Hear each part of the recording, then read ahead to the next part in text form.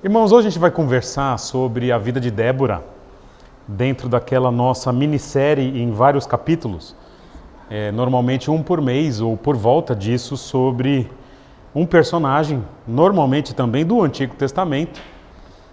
E como nós estamos avançando no livro de Atos, eu, digamos assim, me permito dar uma paradinha, e para mim é sempre uma alegria estudar coisas diferentes. E no planejamento do ano, era só Débora, só Débora para essa semana. E tem sido Débora uma personagem que já lido com ela há alguns anos. Devemos lidar no segundo semestre aqui da igreja, em parte com o livro de Juízes, em parte com uma outra matéria na IBD.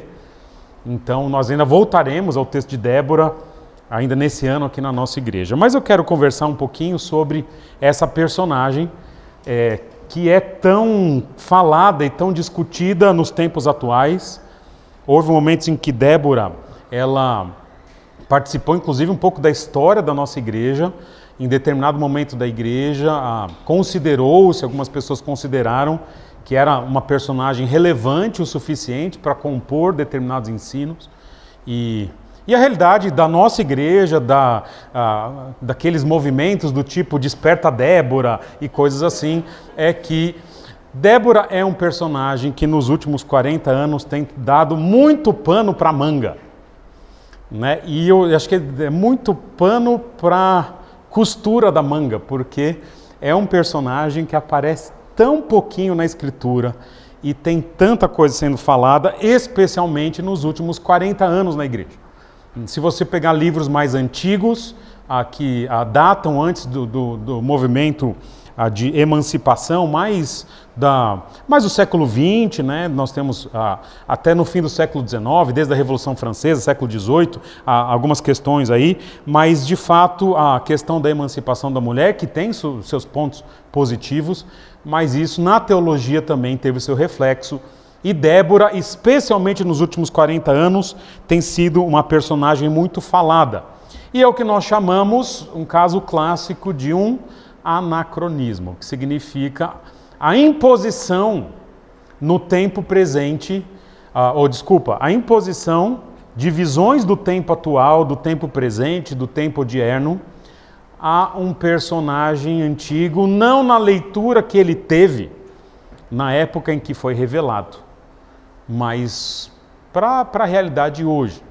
E nós temos uma grande contradição, a igreja se divide em duas abordagens no livro, a personagem de Débora, o livro de Juízes, mas nessa personagem, para uns, Débora é um modelo a ser seguido de liderança feminina, e inclusive com aplicações diretas à igreja.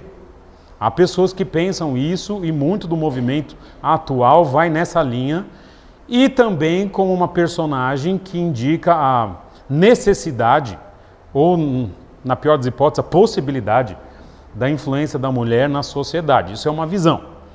No extremo, do outro lado do ringue, né, nós temos a próxima visão que, para alguns, Débora é um exemplo clássico do desvio da decadência, que é um dos temas principais do livro de Juízes.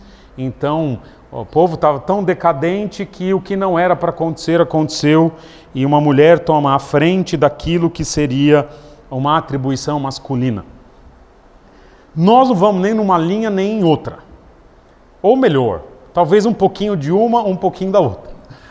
Mas nós não queremos trabalhar com Débora a partir do que ela é hoje. Eu não vou mencionar mais, praticamente, talvez só nos últimos minutos, só o que nós de fato não vamos entrar nessa linha de Débora como modelo para a mulher ou como condenação.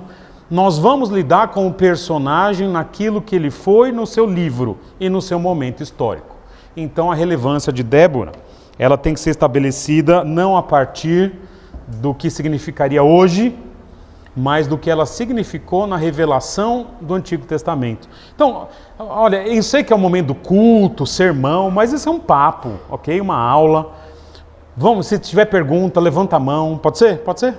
A gente faz assim, nem sempre dá para fazer assim, mas é um momento da gente aprender e às vezes envolve, inclusive, uma participação dos irmãos e é sempre muito bem-vinda. E até do Flávio a gente dá risada aqui, né? Pode falar hoje, Flávio. Falou muito ontem, né? Não sei se vai falar hoje, ok? Deixa eu passar então para vocês o contexto do livro de Juízes, como eu entendo Juízes. Eu serei o professor de Juízes aqui, já lecionei Juízes algumas vezes no seminário. E Juízes é um livro que está vinculado a uma ideia de aliança do Antigo Testamento. Poderíamos trabalhar essa ideia de aliança de várias formas. De forma muito resumida, o que eu quero lidar com a aliança tem que ver com o livro de Deuteronômio no capítulo 28. Se você abrir aí, Deuteronômio 28 é um capítulo dividido em duas partes. As bênçãos da fidelidade e as maldições da infidelidade. São 14 versículos que falam das bênçãos da fidelidade e são, se eu não me engano, 42 versículos que falam da maldição da infidelidade. Dando a ideia que sob os aspectos de permanência na terra e de prosperidade na terra, para o povo de Israel, não para a igreja, para o povo do Antigo Testamento, em termos de permanência na terra e prosperidade, a aliança ela era condicional. Deus fez com o seu povo uma aliança condicional. Ou seja, quando o povo era fiel, dava tudo certo. Isso com o povo de Israel. Mas quando o povo era infiel, Deus disciplinava o seu povo, Deus trazia juízo, trazia povos estrangeiros. E essa é, digamos assim, a moldura teológica do livro de Juízes. Então, fidelidade significa prosperidade, infidelidade significa disciplina. E Israel, no período de Juízes, começa muito bem, porque Juízes é o período posterior à conquista da terra. Eles recebem o grande trabalho ali de Josué, foi um grande líder militar, conquista a terra prometida, faz o trabalho grosso, tira os grandes povos, os povos fortes, os gigantes. Josué faz um trabalho fantástico. E com raras exceções, o livro de Josué tem algumas exceções, mas os israelitas têm vitórias expressivas ali na entrada em Canaã, se estabelece ali. O que falta, turma, é que nem quando você vai cuidar do seu jardim. Às vezes você vai cuidar do jardim e vê algumas pragas maiores, né? E você fala, nossa, e vê aquele arbusto, né? E você vai e tira e joga fora. Aí você fala, ufa, agora meu jardim está bonito. Aí no dia seguinte você passa e fala, nossa, tinha essa praga tão grande, eu não vi que tem pragas médias. E aí você fala, nossa, aí vai e tira. Aí joga fora, né? Um saco de planta ali. Dia seguinte, você todo feliz, agora está bonito, você olha, rapaz, tem as pequenininhas. E aí você vai lá e o que Israel faz é o seguinte, Josué tirou a praga grande.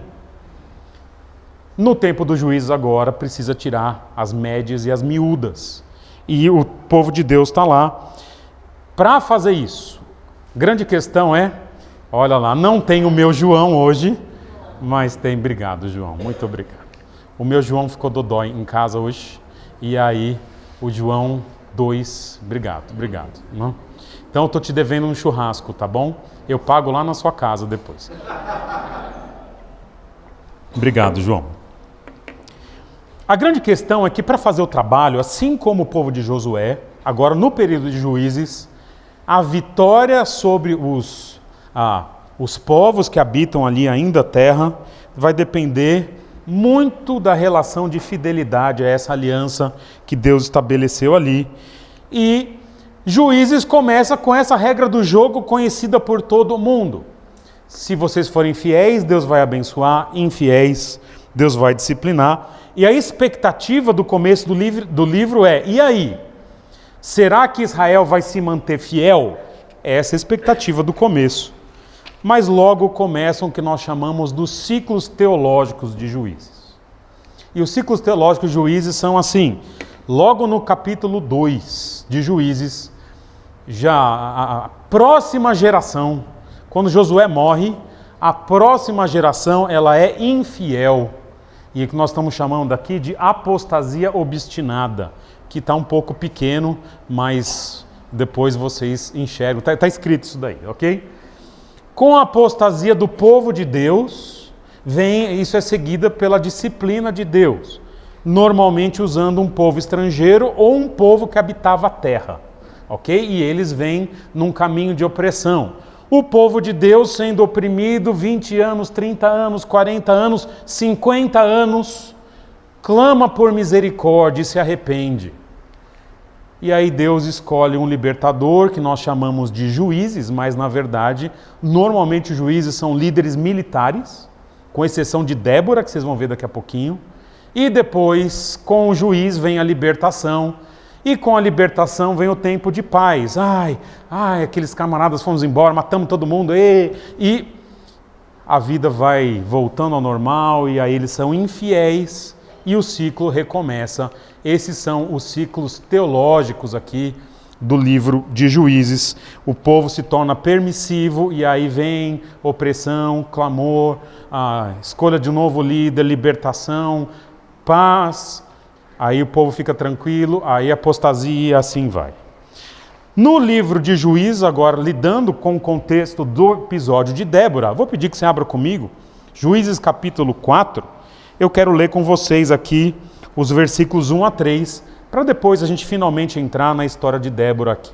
Okay? Então, Juízes capítulo 4, versículos 1 a 3. Eu vou projetar no quadro aqui para vocês, e aí depois eu volto o slide aqui para onde tem que ser. Diz assim: depois da morte de Eude, que foi um dos juízes, um juiz canhoto inclusive, ok? Então naquele ciclo, morre o juiz, vem o tempo de paz, e depois do tempo de paz vem o tempo da apostasia. Olha lá. Depois da morte de Eude, mais uma vez, os israelitas fizeram o que o Senhor reprova. Assim, o Senhor os entregou nas mãos de Jabim, rei de Canaã, que reinava em Hazor. O comandante do seu exército era Sísera, ou Cícera, mas vou chamar de Císera, mais fácil para mim, que habitava em Harosete Hagoim. Os israelitas clamaram ao Senhor, porque Jabim, que tinha 900 carros de ferro, os havia oprimido cruelmente durante 20 anos. Ok? Então, esse é o capítulo, esse é o contexto do surgimento de Débora na história. O ciclo de Juízes recomeça após um tempo de paz, versículo 1 do que a gente leu. Os israelitas se desviaram e Deus os entrega nas mãos de Jabim. Jabim é um rei que habita, não trouxe o mapa aqui, depois quando eu der aula de Juízes eu mostro para vocês, ele habita no território de Israel. Ele é rei de uma cidade em Israel. E ele começa a se fortalecer e ele cria uma frota de cavalaria que para a época era impressionante. São 900 carros, 900 carruagens, ou aquelas bigas, sabe, biga de luta. Então, para alguém que vai lutar com um exército que luta a pé ou a cavalo, você ter uma carruagem, numa época em que era difícil, a parte da siderurgia, de fazer metais, uma carruagem que protegia os seus soldados, que trazia velocidade, isso era uma vantagem absurda, especialmente na região que eles habitam, que era uma região que tinha um grande vale. Ali tinha uma planície, então os carros conseguiam atacar muito bem aquela região. E é interessante que esse é o contexto. Israel está sendo cruelmente oprimido por um homem poderoso durante 20 anos. E aí surge o nosso texto, e eu quero trabalhar nesse texto 3 personagens, quer dizer 4. Primeiro vai ser Débora, ok? Então, mais uma vez, se eu estou trabalhando com um texto, eu não preciso colocar Débora como a personagem principal. Eu posso trabalhar ela de acordo com o que a revelação me traz. E Débora vai ser um dos principais personagens, mas há outros aqui no texto. Primeiro Débora, depois Baraque, que vai ser o general que vai lutar contra os carros, e depois Sísera. E eu coloquei um H no Sísera, porque Sísera parece nome de mulher, né?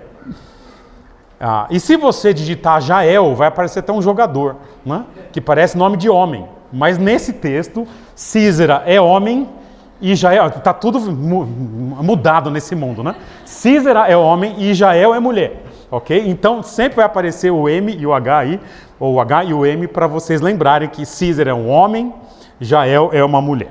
Vamos começar pelo começo, então primeiro eu quero lidar com Débora, então eu vou ler o texto que revela o que Débora faz. Nós já lemos os 3 primeiros versículos, eu vou ler do versículo 4 até o versículo 7 e trabalhar um pouquinho essa personagem chamada Débora.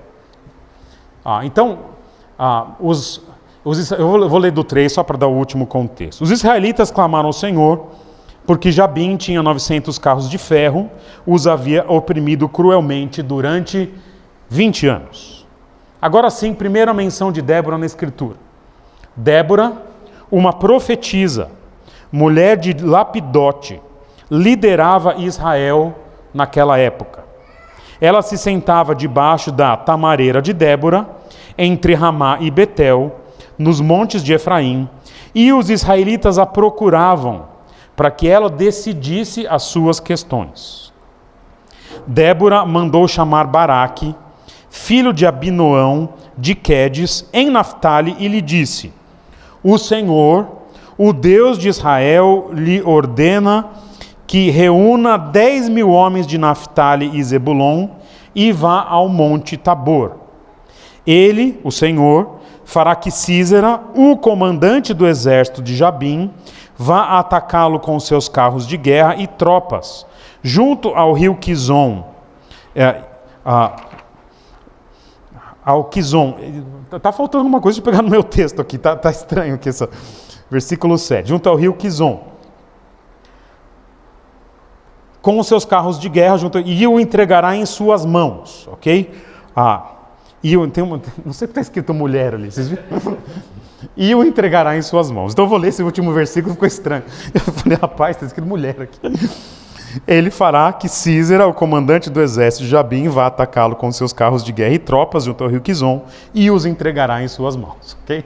O texto apresenta Débora como uma profetisa. Ok? Uma profetisa. E eu quero trabalhar primeiro esse papel de Débora como profetisa. No Antigo Testamento havia profetas, normalmente homens, mas havia eventualmente mulheres como profetisas. Daqui a pouquinho eu dou um panorama disso aqui para vocês. Sejam homens ou mulheres, o profeta no Antigo e depois no Novo Testamento, ele tinha algumas qualificações, algumas prerrogativas que faziam com que ele pudesse ser um profeta ou uma profetisa. Os homens de Deus, os profetas do Antigo Testamento, eram homens de caráter. Você não olha falhas morais nos profetas de Deus no Antigo Testamento. Você não observa. Você observa falhas morais nos sacerdotes, grandes falhas morais nos reis, mas você não observa falhas morais, falhas éticas nos profetas. Então, quando alguém era um profeta, ele era um homem ou uma mulher de caráter. Segundo, os profetas, eles falavam da parte de Deus. Então eles manifestavam uma comunhão com Deus que o povo normalmente não tinha, ok? Então eles traziam mensagens de Deus para o povo. E uma última característica dos profetas do Antigo Testamento é que eram pessoas de grande coragem. Alguns deles sofreram grandemente, alguns profetas foram perseguidos e mortos, a saber, por exemplo, Jeremias. Jeremias ele foi perseguido, foi jogado num poço. Isaías foi provavelmente cerrado ao meio. Você tem homens e mulheres, quando eram profetas, que falavam da parte de Deus e normalmente falavam mensagens que não agradavam. Então são esses 3 Cs que caracterizam profetas: seu caráter, sua comunhão com Deus e sua coragem. Quando o texto menciona Débora como uma profetisa legítima, e essa é a ideia do texto, menciona ela como profetisa e depois dá a profecia de que Deus entregou Císera nas mãos de Baraque, você observa então que, olhando o todo dos profetas do Antigo Testamento, Débora tinha as prerrogativas. A palavra dela é confiável, ela tem comunhão com Deus, ela tem caráter e ela é uma mulher de coragem, ao ponto, inclusive, de ir, já uma senhora, ir até a batalha junto com Baraque. Ela é uma das 5 mulheres que são chamadas profetisas no Antigo Testamento. Miriam, irmã de Moisés, Hulda, Noadia, que era uma falsa profetisa, e a esposa de Isaías, que a gente não sabe se ela era uma profetisa ou só esposa de profeta, né? Eu fui de uma igreja em que um pastor, que era bem engraçado, já um senhor já falecido, ele brincava que a esposa do pastor era pastriz, né? Porque tem ator e atriz, pastor e pastriz, né? Então talvez, nesse caso aqui de Isaías, não vou falar isso para Dani, hein, turma? Ó, Maurício, se liga aí, se liga, hein? Possivelmente aqui a esposa de Isaías não era uma profetisa de ofício, mas uma esposa de profeta, ok? E as profetisas, elas eram raras no Antigo Testamento, mas eram profetisas. No Novo Testamento, entretanto, as profetisas eram comuns. Eu estou colocando alguns textos aqui, Atos 21:9, Lucas 2:36, uma mulher chamada Ana, e em 1 Coríntios capítulo 11, versículo 5, fala que as mulheres profetizavam na igreja com a cabeça coberta. Ok? Então, no Novo Testamento, a figura de mulheres com o dom de profecia, isso foi algo comum. Aqui no texto, a Débora como profetisa, nos versículos 6 e 7, de fato, ela faz uma profecia para um homem chamado Baraque e diz, no versículo 6, o Senhor Deus de Israel, Baraque, lhe ordena. E ela diz, no versículo 7, que o Senhor entregou Jabim e seu exército nas mãos de Baraque. Então, ela é uma profetisa que faz profecia, e nesse texto faz uma profecia, e a profecia se cumpre. Então, observamos Débora, de fato, como uma profetisa. Mas o texto de Débora que nós lemos também menciona Débora numa segunda função, Débora agora como juíza. Não no sentido dos outros juízes de Israel, que eram líderes militares, mas nesse sentido do versículo 5 que diz assim: ela se sentava debaixo da tamareira de Débora, entre Ramá e Betel, nos montes de Efraim, e os israelitas a procuravam para que ela decidisse as suas questões. Essa senhora, essa mulher, além de profetisa, ela exerce uma função civil de juiz no sentido que nós entendemos como juiz hoje. As pessoas a procuravam, Débora, o meu vizinho está construindo um muro, né? Me ajuda aqui, né? O que eu faço? Põe mais para cá, põe mais para lá, e ela dava um parecer. E me parece, depois pela denominação que ela vai receber no capítulo 5, no Cântico, como mãe de Israel, de que ela demonstrava alguma sabedoria nesse processo de julgar as questões do povo. Então, dá uma olhadinha no capítulo 5, versículo 7, que diz assim: já tinham desistido os camponeses de Israel, já tinham desistido, até que eu, Débora, me levantei, levantou-se uma mãe em Israel, no sentido de alguém que sabiamente se levantou contra a opressão e conseguiu, de alguma forma, diante do Senhor, interceder pelo povo, e vem todo esse episódio. E é isso, turma, que nós sabemos sobre Débora no Antigo Testamento, na revelação histórica, ok? Nós vamos ter depois o Cântico, mas Débora, ela era uma mulher que exerceu as funções de profetisa e juíza com as seguintes qualificações: ela tinha caráter, ela vivia uma vida de comunhão com Deus, ela era uma mulher de coragem e era uma mulher que tinha sabedoria. Essa é a Débora que nós temos aqui na revelação.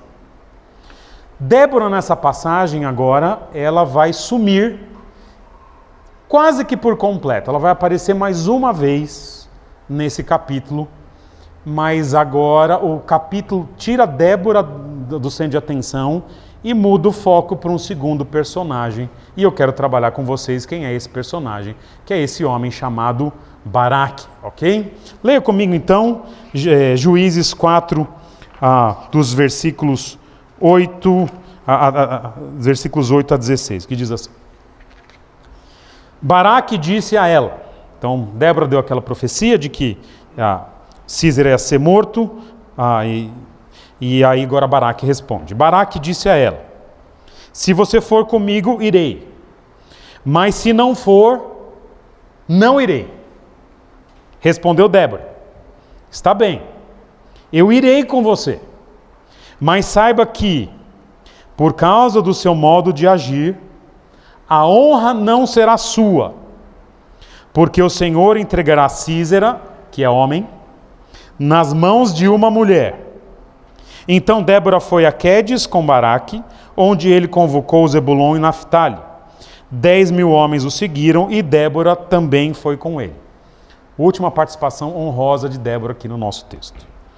Quando disseram a Sísera que Baraque, filho de Abinoão, tinha subido ao monte Tabor, Sísera reuniu seus 900 carros de ferro e todos os seus soldados de Harosete e Ragoim ao rio Quizon. E Débora também disse a Baraque: vá, este é o dia que o Senhor entregou Sísera em suas mãos, o Senhor está indo à sua frente. Então Baraque desceu ao monte Tabor, seguido por 10.000 homens. Diante do avanço de Baraque, o Senhor, pela espada, derrotou Sísera e todos os seus carros de guerra e o seu exército. E Sísera desceu do seu carro e fugiu a pé. Que humilhação, né? Estava de Porsche e fugiu a pé. Baraque perseguiu os carros de guerra e o exército até Harosete e Ragoim. Todo o exército de Sísera caiu ao fio de espada, não sobrou um só homem. Esse é Baraque, o general que Deus havia escolhido para vencer o exército de Sísera. E a primeira característica de Baraque, ela vem de um termo teológico técnico, ok? Esse termo é técnico, então não sei se eu precisar explicar para os irmãos, que é esse termo aqui, ó. Bananice. Essa é a primeira característica de Baraque no começo. Ele vai mudar depois. No começo, ele é um bananão incrédulo. Interessante que há versões desse texto aqui, há uma outra leitura possível, dizendo que não foi isso que aconteceu. Os argumentos estão no livro do Tim Keller, Juízes para você. Não me convenceu, me parece que há uma reprimenda aqui. Débora considera desonrosa a forma subordinada que Baraque diz quando fala. Baraque é um militar. Débora é uma senhora que funciona como juíza e Baraque fala: Deus entregou na minha mão, tá bom, mas se você não for, eu não vou. E Débora então reage e diz: olha, ok, eu vou com você, mas porque você não quis ir sozinho, como eu profetizei, porque você não creu, essa é a ideia. Eu sou uma profetisa, eu disse que Deus entregou nas suas mãos, você não quis ir, não quer ir sozinho, quer que eu vá junto. Ela diz que Sísera vai ser morto por uma mulher, que numa época em que a guerra é feita pelos homens, seria desonroso tanto para o inimigo, como para Baraque, que não daria o golpe final. Ok? Esse é o começo da história de Baraque, uma bananice incrédula, mas depois Baraque melhora, não precisa ser só assim, né? Depois ele parece que crê em tudo que Débora diz para ele, e ele se torna um homem de fé. Quando ele avança e pela espada derrota a Baraque, ele chega na região do norte, ele convoca os homens, ele consegue convocar 10.000 homens, e ele vai com a infantaria selva. E segundo a palavra de Débora, você lembra disso? Lembra? Eu falei infantaria, não houve nenhuma reação. Então ele convoca a infantaria, ok? Segundo a palavra de Débora, e impõe essa derrota acachapante à cavalaria de Sísera. Só uma informação interessante. No cântico de Débora diz que chuvas torrenciais caíram.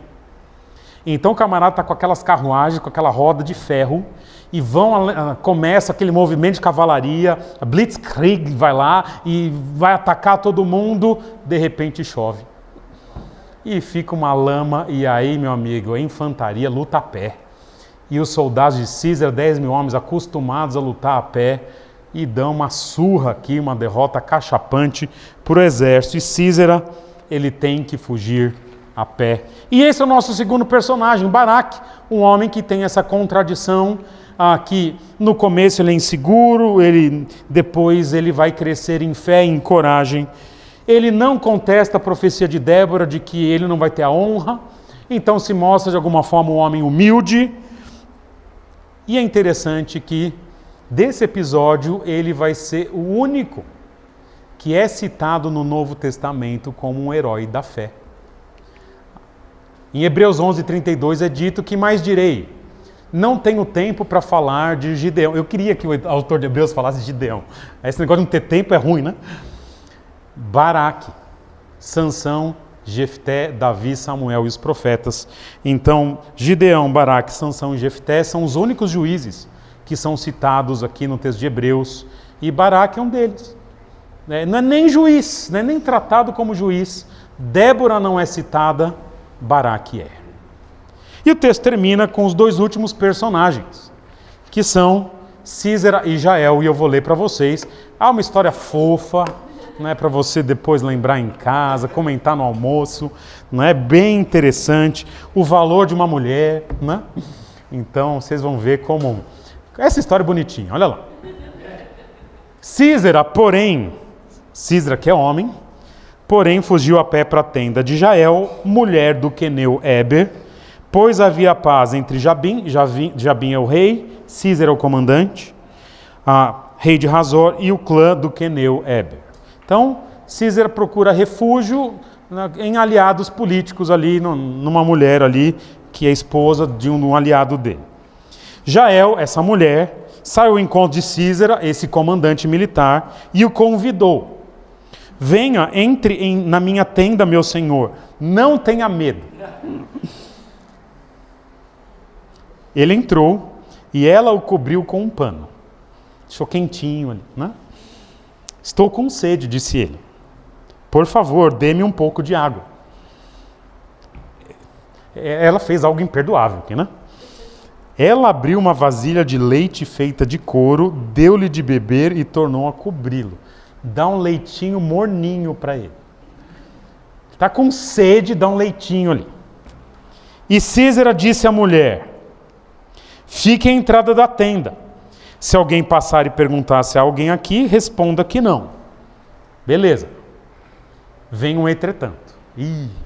Entretanto, Jael, mulher de Éber, apanhou uma estaca da tenda e um martelo, aproximou-se silenciosamente enquanto ele, exausto, dormia um sono profundo, e cravou-lhe a estaca na têmpora até penetrar o chão, e ele morreu.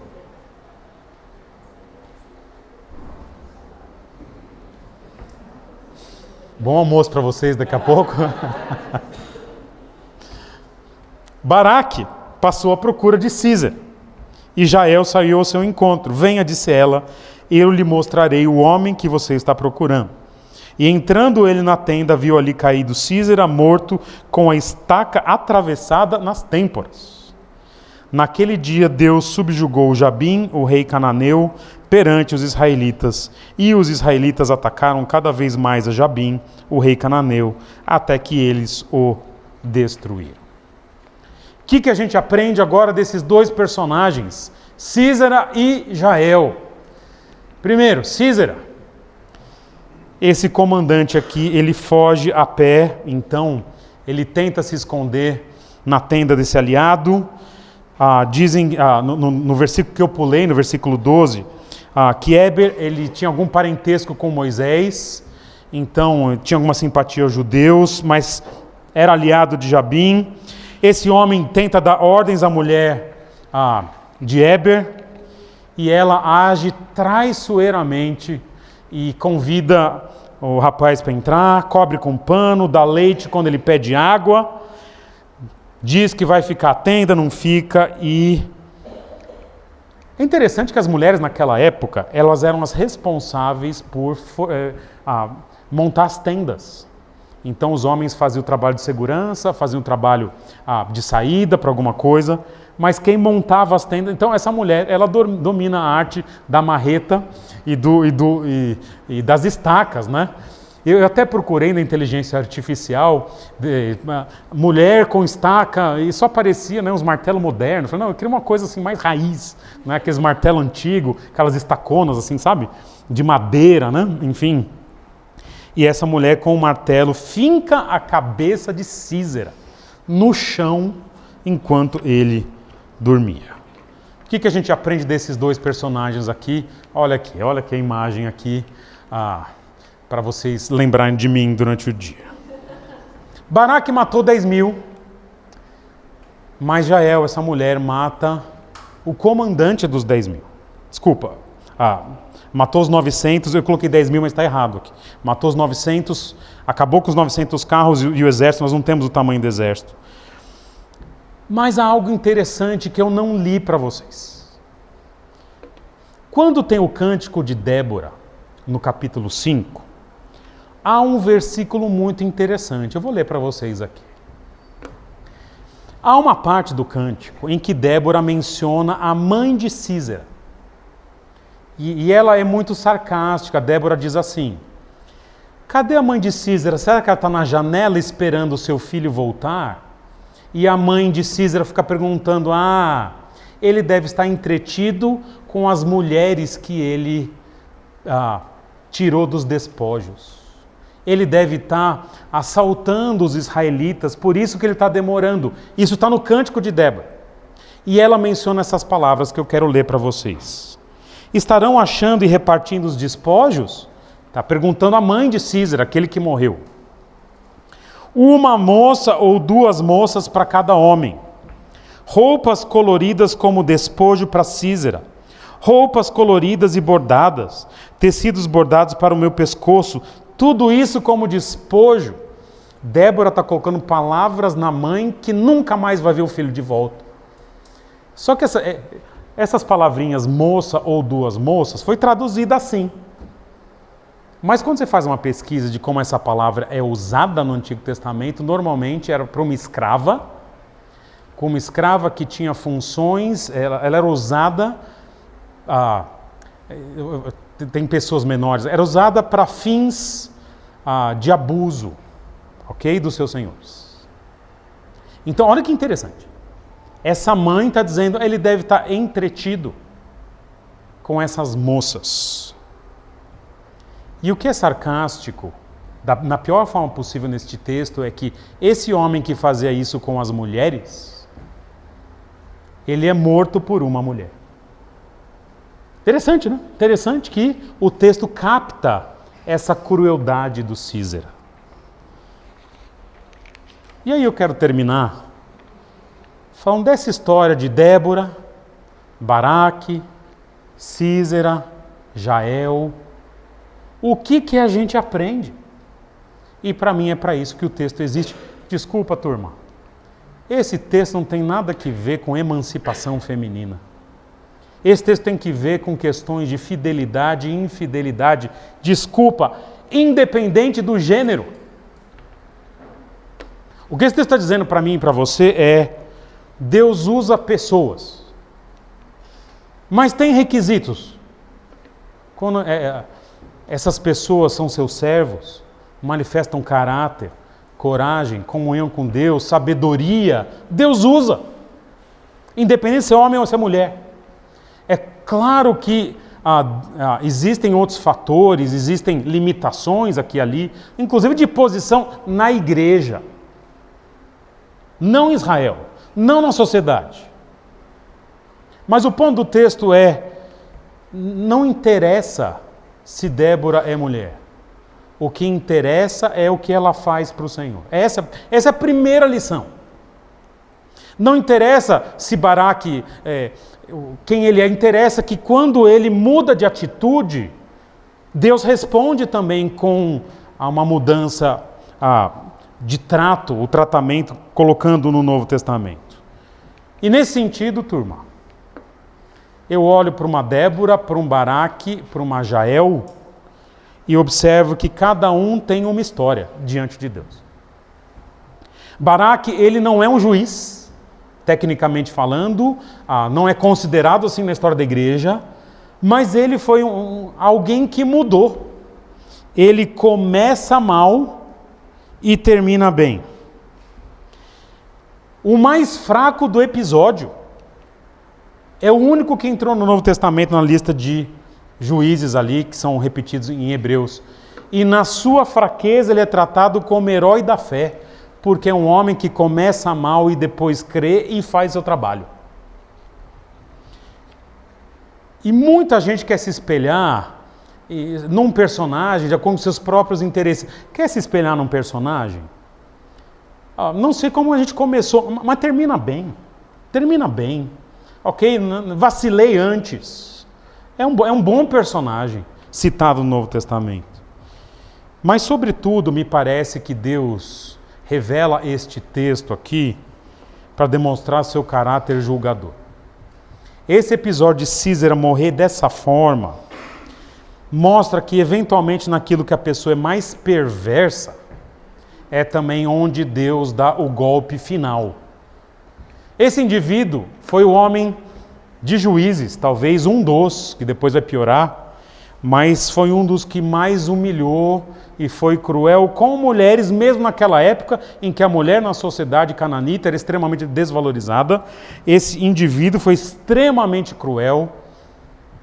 E o que Deus faz é, turma, com Deus e com o povo de Deus, não se brinca. Deixa eu falar uma coisa para vocês. Deus leva para o lado pessoal aquilo que é feito contra o povo dele. Quando eu olho o livro de Atos e Paulo meio que cai do cavalo, e vocês lembram desse texto? A gente já pregou aqui, Paulo cai do cavalo, aí aparece a visão, e aí Paulo fala, quem és tu, Senhor? E a resposta de Jesus é, eu sou Jesus, a quem tu persegues. Mas Paulo não está perseguindo Jesus, está perseguindo a igreja. Deus leva para o lado pessoal aquilo que é feito contra o seu povo. É isso que o texto demonstra. Não vale a pena, não vale a pena. E para mim, a história de Débora é isso. Deus usa pessoas, cada um tem a sua história. Débora foi fiel, foi reconhecida assim no Antigo Testamento. Baraque mudou, é reconhecido no Novo Testamento, que para mim é mais nobre. E aqueles que são inimigos do Senhor, Deus simplesmente julga e é só. Temos perguntas? Alguém quer fazer alguma pergunta, alguma colocação? Temos? Temos? Diga, Du.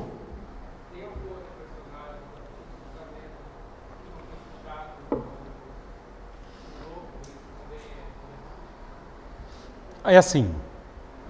A pergunta é: outros personagens que não são citados no Novo e que ainda são relevantes. Tem muitos, mas a relevância é determinada dentro do contexto em que a história aconteceu. Então é assim, quando o Novo Testamento cita alguém do Antigo, eu sei que é relevante, porque além da revelação antiga do episódio, alguém, movido pelo Espírito Santo no Novo Testamento, ainda lembrou, e o fulano. Então eu tenho que dar uma ênfase em Baraque, porque ele é lembrado no episódio. Agora, existem outros que não são citados no Novo, mas que na própria revelação do Antigo tem bastante proeminência, seja para o bem ou para o mal. Por exemplo, eu não me lembro se Eliseu é citado no Novo. Alguém lembra? Eliseu. Eu lembro que Elias é citado várias vezes. Alguém lembra se Eliseu é citado no Novo? Não me lembro. Mas ele é um profeta importante no Antigo. São vários personagens que não necessariamente... Mas quando está nos dois, diga, Jonas. Acho que quando Jesus está... Começo de Lucas, eu acho. Quando Jesus está falando para o povo... na época de Eliseu, sim, tinha muitos leprosos. Viúva, a viúva de Serepta. Isso. Foi Eliseu. Você tem razão. Então, tem uma citação, mas há personagens do Antigo... um Samuel, talvez, que são muito relevantes naquele momento, mas que no Novo não são mencionados de forma tão relevante. Poderia então ser uma citação dele para colocar a continuidade É possível. É possível que talvez na teologia de Hebreus, desculpa, Zé. Então é isso, eu estava na igreja, mas talvez citou ele, para as pessoas não ficarem falando de Débora era mais. É possível. Ela é importante no episódio que ela fez, mas... Muito bem colocado. É possível porque a gente não tem essa informação registrada, mas as pessoas da época do Novo Testamento faziam teologia com o Antigo Testamento. Então, O autor de Hebreus, que nós não sabemos quem é, quando olha o episódio, lembra mais de Baraque do que de Débora. E isso é uma informação importante. Talvez esse autor, e aí nós temos considere Baraque o juiz e Débora uma profetisa. Ok? São posições nobres as duas, mas ele lembra, muito bem colocado, muito bem colocado. É isso aí, é isso aí.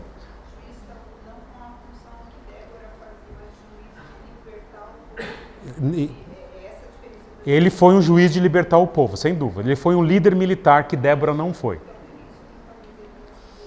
Sim. Muito bom, estamos fazendo teologia juntos aqui, muito bom. E aí, que mais? Que mais? Diga, Samanta. Você deixou bem claro, e realmente a gente sempre estuda aqui no Antigo Testamento, a dinâmica era obediência gera bênção, desobediência gera disciplina. Sim, para o povo de Israel. E no Novo Testamento a gente geralmente não pensa nessa dinâmica. Por quê? Foi depois da vinda de Cristo, pela graça? Por que a gente não pensa nisso? É assim, isso é uma longa história e eu vou tentar resumir o máximo que der. É assim, nós entendemos que há uma diferença, uma ruptura entre Antigo e Novo Testamento. Se tivéssemos algum irmão presbiteriano aqui, ele pensaria diferente, ok? Nós entendemos que há uma maior ruptura. O que chama a atenção entre Antigo e Novo é uma ruptura na relação de Deus com o seu povo. Então, vamos só diferenciar algumas coisas. No que diz respeito à salvação, é igual à continuidade, Antigo e Novo Testamento, em 3 aspectos. A salvação, ela é por meio da fé, por causa da graça e com base no sacrifício de Jesus. Isso no Antigo e no Novo Testamento. Então, não estamos falando de salvação. Salvação sempre foi o mesmo processo. Mas nós estamos falando no trato de Deus com o seu povo. No trato de Deus com o povo de Israel, no que diz respeito à terra, Deus tinha um trato específico. Para o povo judeu, até hoje, a questão da terra é importante. E a gente vai lidar na terra em 3 P's: posse, permanência e prosperidade. Então, Deus ele concede a posse da terra ao povo judeu. Posse é o documento de propriedade. Ele concede ao povo judeu de forma incondicional. É de vocês.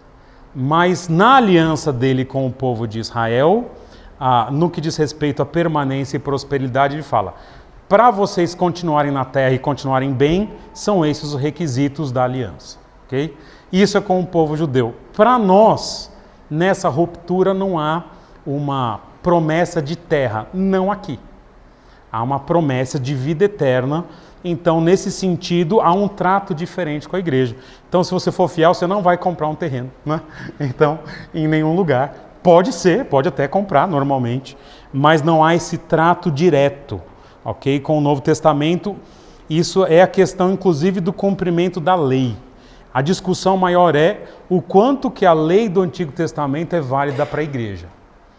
A gente tem optado, eu tenho optado como pastor e na área de teologia, por compreender que no Novo Testamento a lei é a lei de Cristo. Não é uma lei é uma lei que valoriza os mesmos princípios do Antigo Testamento, mas usa uma nova forma. No Antigo Testamento a lei era como se fosse uma constituição, um código escrito. No Novo Testamento a gente chamaria de lei de Cristo. Então é assim, no Antigo Testamento, na definição de santidade, se citavam versículos ou textos da lei, artigos, códigos do Antigo Testamento que indicavam o cumprimento de elementos da santidade. No Novo Testamento, mas por trás havia um valor a ser preservado, que era a santidade de Deus e a separação do povo do pecado. No Novo Testamento, o valor continua, a santidade de Deus e a separação do pecado, mas não através de um código escrito, mas de uma lei de Cristo colocado no nosso coração. Então a gente entende que com a habitação do Espírito, o que era uma questão mais exterior, agora no Novo Testamento ela é de dentro para fora. Então nesse sentido, no Novo Testamento não há uma aliança de terra, mas há uma habitação. Então é um sentido um pouco mais profundo. Mas é mais ou menos, é por aí. Né? Na teologia é hoje o que dá mais pano para manga, Há um livro que eu posso recomendar para vocês chamado Continuidades e Descontinuidades, do John Feinberg, ele é o organizador, e ele lida com essas duas propostas, de continuidade e descontinuidade nesses aspectos, tá bom?